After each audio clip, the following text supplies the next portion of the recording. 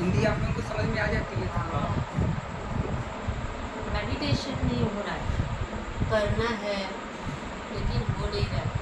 मन इतना चंचल है कि कहीं पे भी भाग जाता है। अभी आप 3 दिन तक हैं ना अपने पास, कल वहाँ पे भी आएंगे आप, तो मेडिटेशन का सारा जो सेशन होगा उसमें, तो तब हम आपको बताएंगे कि कैसे मेडिटेशन किया जाता है, क्या विधि है और हम कैसे करें मेडिटेशन। ठीक है, ये सारी चीज़ें आपको कल बताई जाएंगी, लेकिन फिर भी थोड़ा बहुत आप अगर जानना चाह रहे हैं तो ये सुन लीजिए। अभी वैसे मैं थोड़ा सा आपके विषय में जानना चाह रहा हूँ, आप क्या करते हैं मेडिटेशन में? अभी तो कुछ नहीं करती, लेकिन जब करती थी साल पहले, तब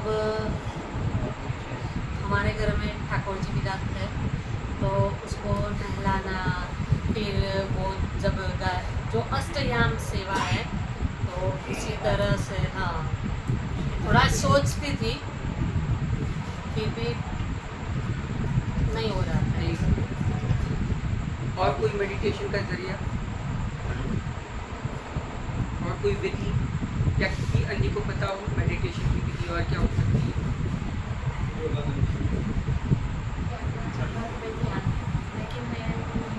आगे चक्र पे ध्यान देना।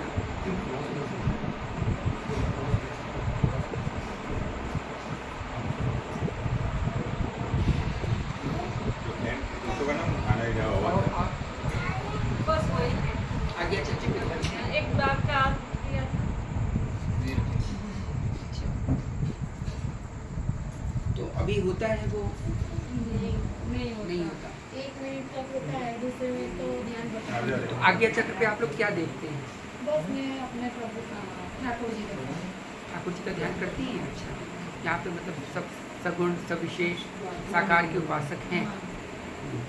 वैष्णव है। वैष्णव बहुत बढ़िया। तो मतलब सभी राधा कृष्ण से संबंधित हैं, भगवान राम से भी हैं। वैष्णव का अर्थ क्या होता है, कौन बताएगा? वैष्णव से क्या समझते हैं? कोई भी आप लोग भी बता सकते हैं।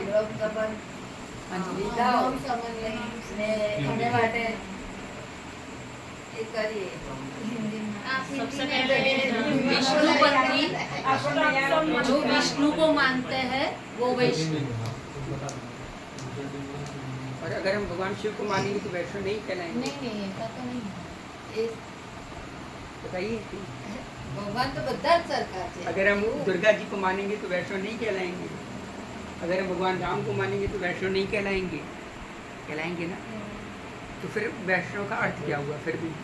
ज्यादातर लोग क्या सोचते हैं कि जो वैष्णव पर्टिकुलर किसको बोल रहे हैं कि जो कृष्ण भगवान के उपासना पूजा करते हैं उसको वैष्णव बोल रहे हैं, और ज्यादातर दूसरे जो भगवान को जो मानते हैं उसको हिंदू समझते हैं। ऐसा अभी सनातन। सबके दिमाग में ऐसा है। सनातन।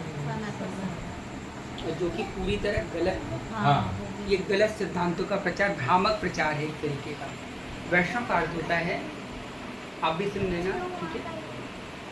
अभी तक हमारे दिमाग में ये बिठाया गया है कि वैष्णव का मतलब होता है जो भगवान विष्णु को मानने वाले होते हैं उन्हें हम वैष्णव कहते हैं, जो भगवान शिव को मानने वाले होते हैं उन्हें हम शैव कहते हैं, ठीक है? और जो गणपति को मानने वाले उनको हम गाणपत्य कहते हैं, ठीक? ऐसे ही दुर्गा जी को मानने वाले हम उनको शाक्त कहते हैं।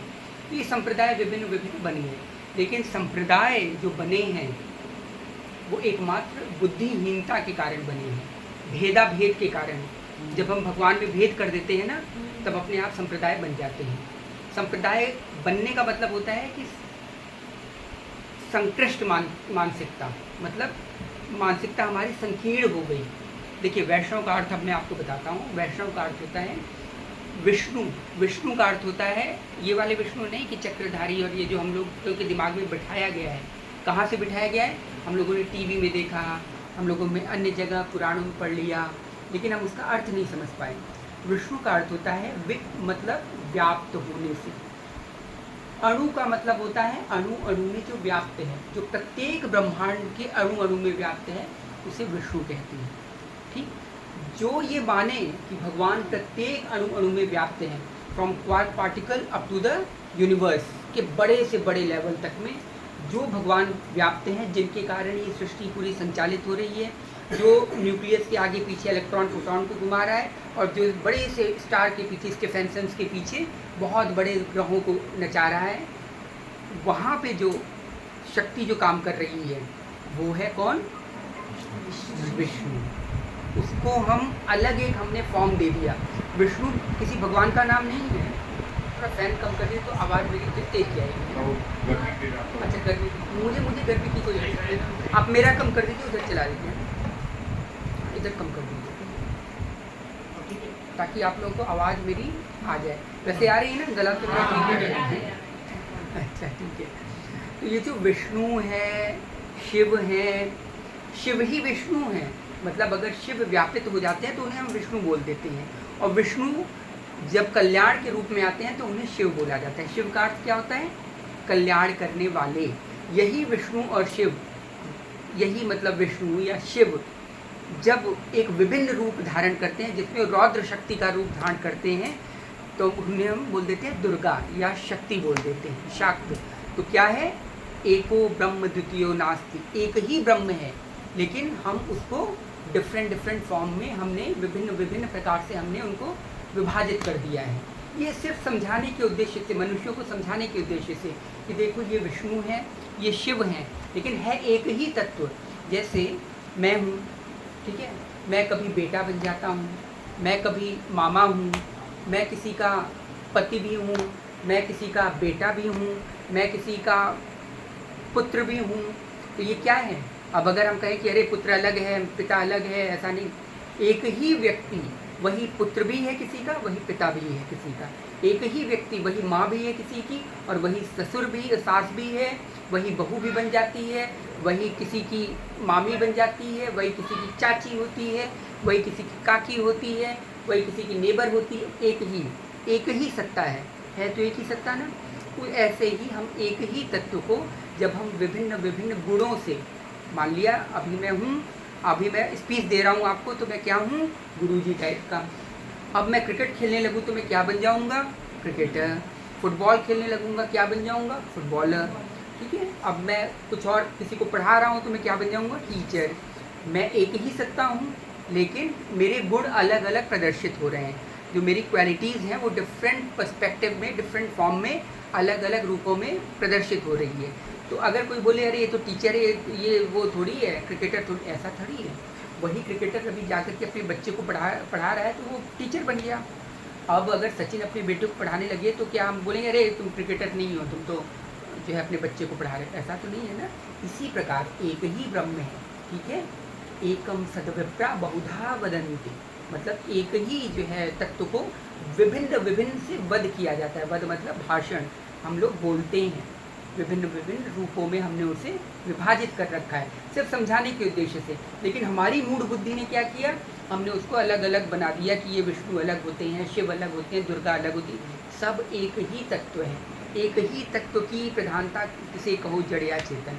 आप जड़ कहें या चेतन कहें, लिविंग बीइंग कहें या नॉन लिविंग बीइंग कहें, सब में एक ही तत्व की प्रधानता है। वो क्या है?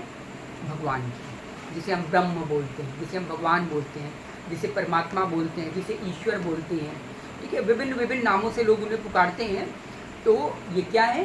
तो अलग अलग मत समझिए, कोई विष्णु को कह रहा है, कोई शिव को कह रहा है, एक ही फॉर्म है। ठीक है, यही दुर्गा रूप में आ जाते हैं तो वो संहार करने की शक्ति में, यही रौद्र रूप में आते हैं तो भगवान शिव कहलाते हैं, यही जब जगपालक के रूप में आ जाते हैं तो विष्णु कहलाते हैं। अलग अलग कोई सत्ता नहीं है, कोई तत्व नहीं है, बस समझाने के लिए आपको बताया गया है कि देखिए ये गुण हैं, ये अलग अलग गुण हैं। अभी ये आप यहाँ पे बैठी हैं, अभी जब आप किचन में पहुँच जाएंगी तो क्या कहलाएंगे? हाउसवाइफ कहलाएंगे। ठीक है, अपने पति के पास पहुँच जाएंगे, क्या कहलाएंगे? पत्नी कहलाएंगी। ठीक है, अपने बेटे के पास पहुँच जाएंगी, क्या कहलाएंगी? माँ कहलाएंगी। और अपनी माँ के पास पहुँच जाएंगी तब क्या कहलाएंगी? बेटी कहलाएंगी। सत्ता एक ही है, लेकिन वो विभिन्न गुणों में प्रदर्शित हो गई है। इसलिए हमने अलग अलग फॉर्म बना दिए। ये राम है, ये कृष्ण है, ये सीता हैं एक ही। हम जैसे अमिताभ बच्चन एक ही है ना, लेकिन वो कभी विजय बन जाता है, कभी संजय बन जाता है, कभी विलन बन जाता है एक ही सत्ता।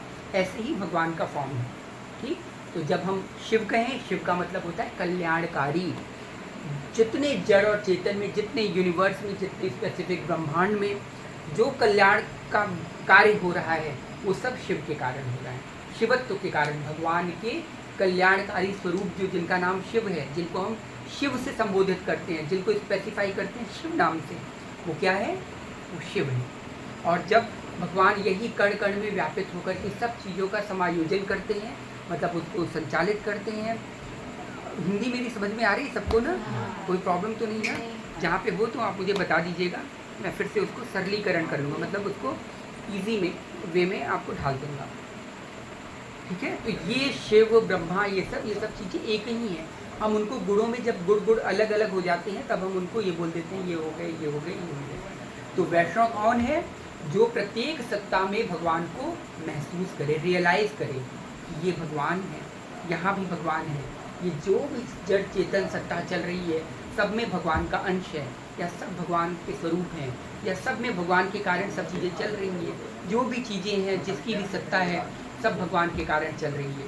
तो उन्हें क्या कहा जाता है? वैष्णव कहा जाता है। और जो शैव हैं वो भी वैष्णव ही हैं, लेकिन वो क्या है? जो देखते हैं कि सर्वत्र कल्याणकारी वस्तु चल रही है या सर्वत्र कल्याणकारी स्थिति है, जो शुभत्व सर्वत्र शुभ शुभ चल रहा है। भगवान शिव का जो शिव का अर्थ होता है ना, वो क्या होता है? शिव का अर्थ होता है कल्याण करने वाला या शुभत्व करने वाला, शुभ प्रदान करने वाला। तो वो कौन है? भगवान शंकर या भगवान शिव। तो उन्हें हम बोलते हैं शिव के नाम से हमने बोल दिया। तो भगवान एक ही है, लेकिन विभिन्न विभिन्न गुणों के कारण हमने उन्हें अलग अलग कर दिया। अब हमारी बुद्धि के लिए भाई हमें तो नहीं समझ में आएगा ना कि कैसे, तो उनको समझाने के लिए हमने फिर उनको पर्सोनिफाई कर दिया। पर्सोनिफिकेशन समझ रहे हैं? मतलब मानवीकरण कर दिया उनका।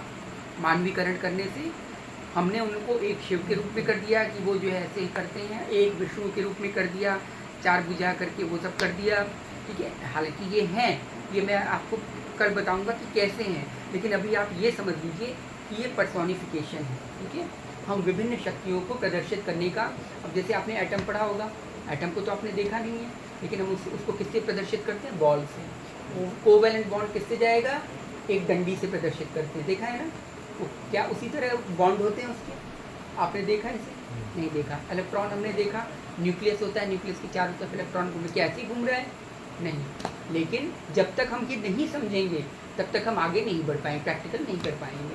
अब जैसे क हम लोग बोलते हैं, क ख हम लोग बोलते हैं क का शेप ऐसे ही है। किसने देखा क का शेप? कौन है वो व्यक्ति जिसने देखा कि क की शक्ल ऐसी ही थी या ए की शक्ल ऐसी ही थी? कोई तो पहला व्यक्ति होगा, कोई नहीं, किसी ने नहीं देखा। सबकी भाषा में अलग अलग, अब आपकी गुजराती भाषा में क अलग ढंग से लिखा जाता है, हिंदी भाषा में क अलग ढंग से लिखा जाता है, रोमन भाषा में मतलब इंग्लिश भाषा में उसमें क अलग के से लिखा डिनोट किया जाता है, ऐसे ही उर्दू में अलग वो अलग बनाते हैं। सब भाषाओं के माध्यम होते हैं। जैसे जो हम पर्सोनिफिकेशन करते हैं ना, ये समझने का माध्यम है। ये इसी तरह होता है ताकि हम समझ पाएँ। जब हम नहीं समझ पाएँ, क्योंकि भगवान तो मन बुद्धि इंद्रिय चित्त से परे हैं, ठीक है, वो हमारी बुद्धि में नहीं समा सकते। अब जैसे कान का काम आँख तो नहीं कर सकती ना, कि हम आँख अगर जो है यह कान से कितनी भी बड़ी मशीन लगा दे, कान से कोई देख पाएगा? नहीं देख पाएगा। आँख का काम आँख ही करेगी, कान का काम कान ही करेंगे, जिह्वा का काम यही करेगी। कान से कोई नहीं बोल पाता, आँख से कोई नहीं बोल पाता, चाहे कितनी बड़ी मशीन कितना भी रिसर्च करके उसमें फिट कर दिया जाए, नहीं बोल पाएगा। क्यों? क्योंकि वो उसका काम है ही नहीं, उसका विषय ही नहीं है वो। इसी प्रकार मन बुद्धि इंद्रिय का विषय भगवान नहीं है, भगवान इससे परे हैं, इसीलिए इनका नाम है अलौकिक बोला जाता है, मतलब इससे परे। जैसे अभी मैं साइंस का फिर से उदाहरण दे रहा हूँ। जैसे दूर की चीज़ों के लिए हम लोग किसका यूज़ करते हैं? टेलीस्कोप। और पास की चीज़ों के लिए किसका यूज़ करते हैं? माइक्रोस्कोप का। दोनों में डिफरेंस आ गया ना। अब हम कहें नहीं हम तो माइक्रोस्कोप से वही जुपिटर देखेंगे, तो ये तो मूर्खता हुई ना, मूर्खता। इसी प्रकार जो हमारे जिसका विषय नहीं है, जब हम नहीं समझ पाएंगे, हमारी मन बुद्धि इंद्रिय से अग्राह्य है वो कोई चीज़, मतलब वो हमारी मन और बुद्धि इंद्रिय से नहीं घुस सकता, तो उससे हम भगवान को नहीं देख सकते। तो हमें क्या करना पड़ता है? हमें अपने अनुसार भगवान को लाना पड़ता है नीचे। अपने हिसाब से बनाना पड़ता है। हमने जैसे गणेश जी की फ़ोटो बनाई, कैसे बनाई कि उनकी लंबी सूंड है, एक दांत टूटा हुआ है और गजबदन है ऐसे करके। तो क्या सच में गणेश जी ऐसे हैं? नहीं, ये डिनोट करता है। बहुत सारी चीज़ें हमें बताने की कोशिश की जाती है इसके माध्यम से कि ये शक्तियों का इस तरह काम है। अब गणपति कौन है, गणेश का क्या काम है, ये मैं कल आपको बताऊंगा कल वाले सेशन में, ठीक है। तो अभी आप बस इतना समझ लीजिए। तो इंटरेस्ट आया इसमें, कुछ बात में आया और कुछ कॉन्सेप्ट्स क्लियर हुए। तो इसी तरह कल और भी 3 दिन का सेशन है। आप लोगों के पास जितने प्रश्न हों, ठीक है, ब्रह्मांड में जो भी प्रश्न आपके पास उपज रहे हैं, वो कैसे भी हो रहे हैं, क्या हो रहा है, क्यों हो रहा है, ये सारे प्रश्न का निराकरण आप 3 दिनों में जितना हो सके आप खूब करिए। इतनी बड़ी लिस्ट बना के लेके आइए, ठीक है। उस सब जो है आप लोग 3 दिन के अंदर सब सॉल्व करिए, ठीक है। मैं पूरी कोशिश करूँगा, इतना नहीं